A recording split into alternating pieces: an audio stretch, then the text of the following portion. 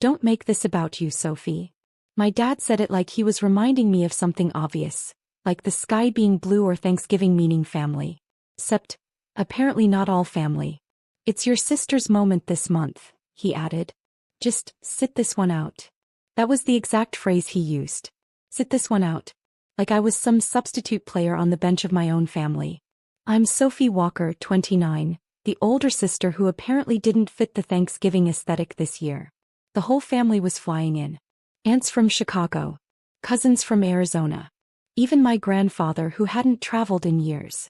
The house would be full of laughter, roasted turkey, cinnamon candles. The kind of chaotic warmth Thanksgiving always carried. Just not with me in it. 2 hours after my dad's call, my brother Ethan sent a text. Don't come. The guest list is final. No explanation. No apology. Just a digital door slammed shut. For 3 days I walked around my apartment like someone who had missed a step in the dark. I kept replaying it in my head. Every recent conversation, every family group chat, every moment I might have done something wrong. Nothing made sense. Then half a week later my phone rang. She never calls during work hours. When I answered, her voice was shaking. Sophie, please tell me you didn't listen to them. Mom, what are you talking about? For a second all I could hear was her breathing. Fast. And even. The way people breathe when they're trying not to cry. Sophie, honey, she whispered, did you come here today? No, I said slowly. Dad told me not to. Ethan said the guest list was final. Silence. Then she muttered something under her breath that sounded suspiciously like, oh my God. You were supposed to be here, she said. Your sister said you confirmed weeks ago. My stomach tightened. I never confirmed anything. Through the phone I could hear the house behind her. Dishes clattering, people talking, the low hum of Thanksgiving chaos. It sounded exactly like every other year. Except this time it felt like I was listening from outside a locked window. Sophie, Mom said carefully, lowering her voice. Your sister has been telling everyone you refused to come. She said you were jealous. Jealous of what? She didn't say. My fingers curled around the phone. My sister Lily had always been the golden one. The charming one. The one who somehow managed to turn every family moment into a spotlight. But lying about me? That was new. Mom, I said quietly, why are you calling me now? She hesitated. Because in the background someone suddenly shouted from the living room. Where's Sophie? She was supposed to bring the papers. The papers? I repeated, sitting upright at my kitchen table. What papers? Mom inhaled sharply like she'd said something she shouldn't have. Oh. Sophie, she murmured. Mom. In the background the Thanksgiving noise kept rolling. Forks clinking, chairs scraping, my aunt's laugh cutting through the room like always. Everything sounded normal. Too normal. Then I heard my Uncle Mark's voice. Seriously, where is she? We can't sign anything without her. My heart skipped. Sign what? Mom, I said slowly, what exactly is happening in that house right now? Another pause. Then Mom whispered something that made the room around me feel suddenly smaller. They're finalizing the property transfer. The words landed heavy. My grandparents' lake house. The place every Thanksgiving had happened since I was 10. The place Grandpa always said would stay in the family forever. They told everyone, Mom continued quietly, that you already agreed to give up your share. My chest went cold. I never agreed to anything. I know. In the background my sister Lily's voice floated through the phone, light and cheerful. Relax everyone. Sophie promised she'd sign. She just likes being dramatic. Mom whispered again. Sophie, they're about to sign the documents without you. Then someone suddenly asked the question that froze the air in the room. Wait, who actually owns the house right now? My mom didn't answer the question. Not right away. Through the phone I could hear the room go quieter. That strange pause families fall into when something uncomfortable drifts into the conversation. Finally she whispered, Sophie, technically, you do. For a moment the words didn't even register. Excuse me. The house, Mom said softly. Your grandfather transferred it last winter. My mind flashed back to a snowy afternoon 6 months earlier.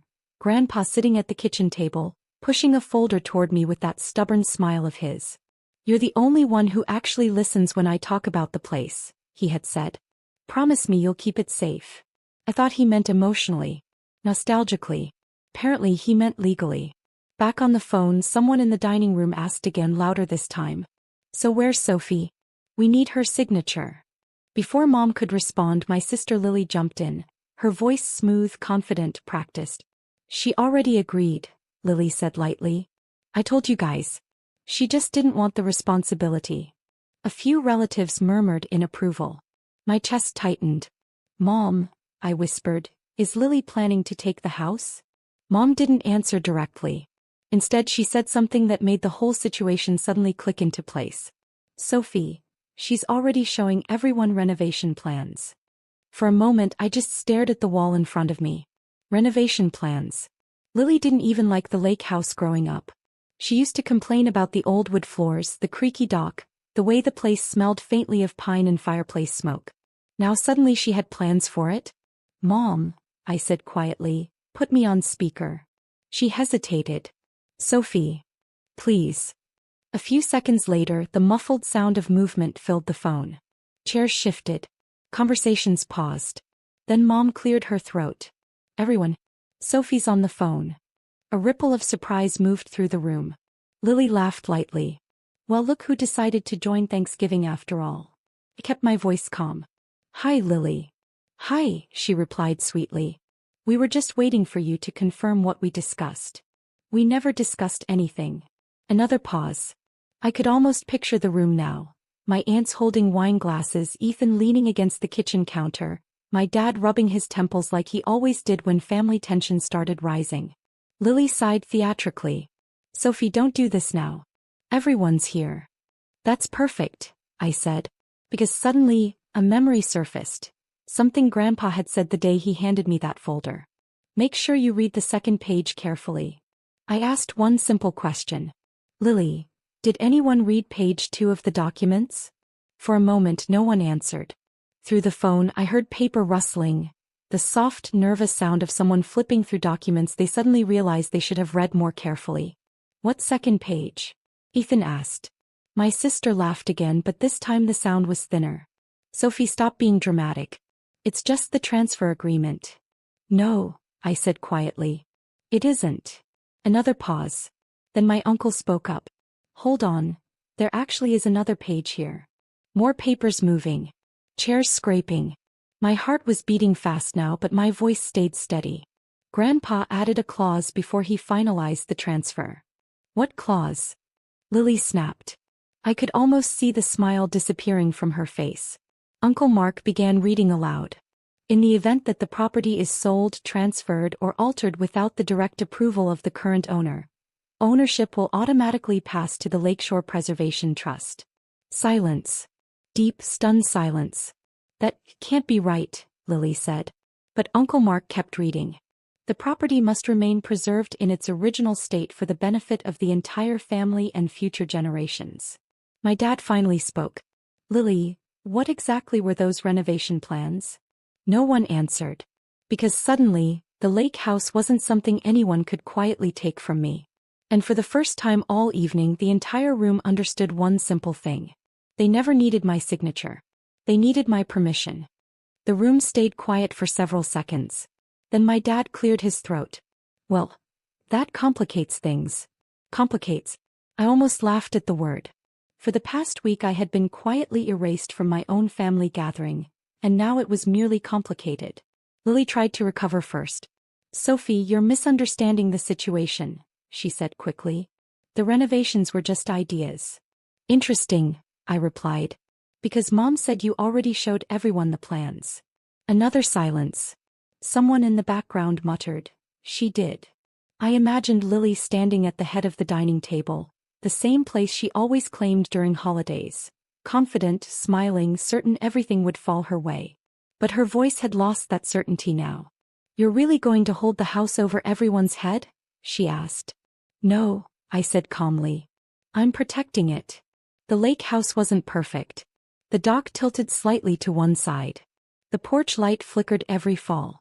The old pine tree near the water leaned farther every year. But it held every memory we had. Every Thanksgiving, every summer swim, every late-night conversation Grandpa used to start. I'm not selling it, I continued. I'm not renovating it. Then I added something that made the room go very still. But I am coming for Thanksgiving. No one spoke for a moment after that. Through the phone, I could almost feel the shift in the room.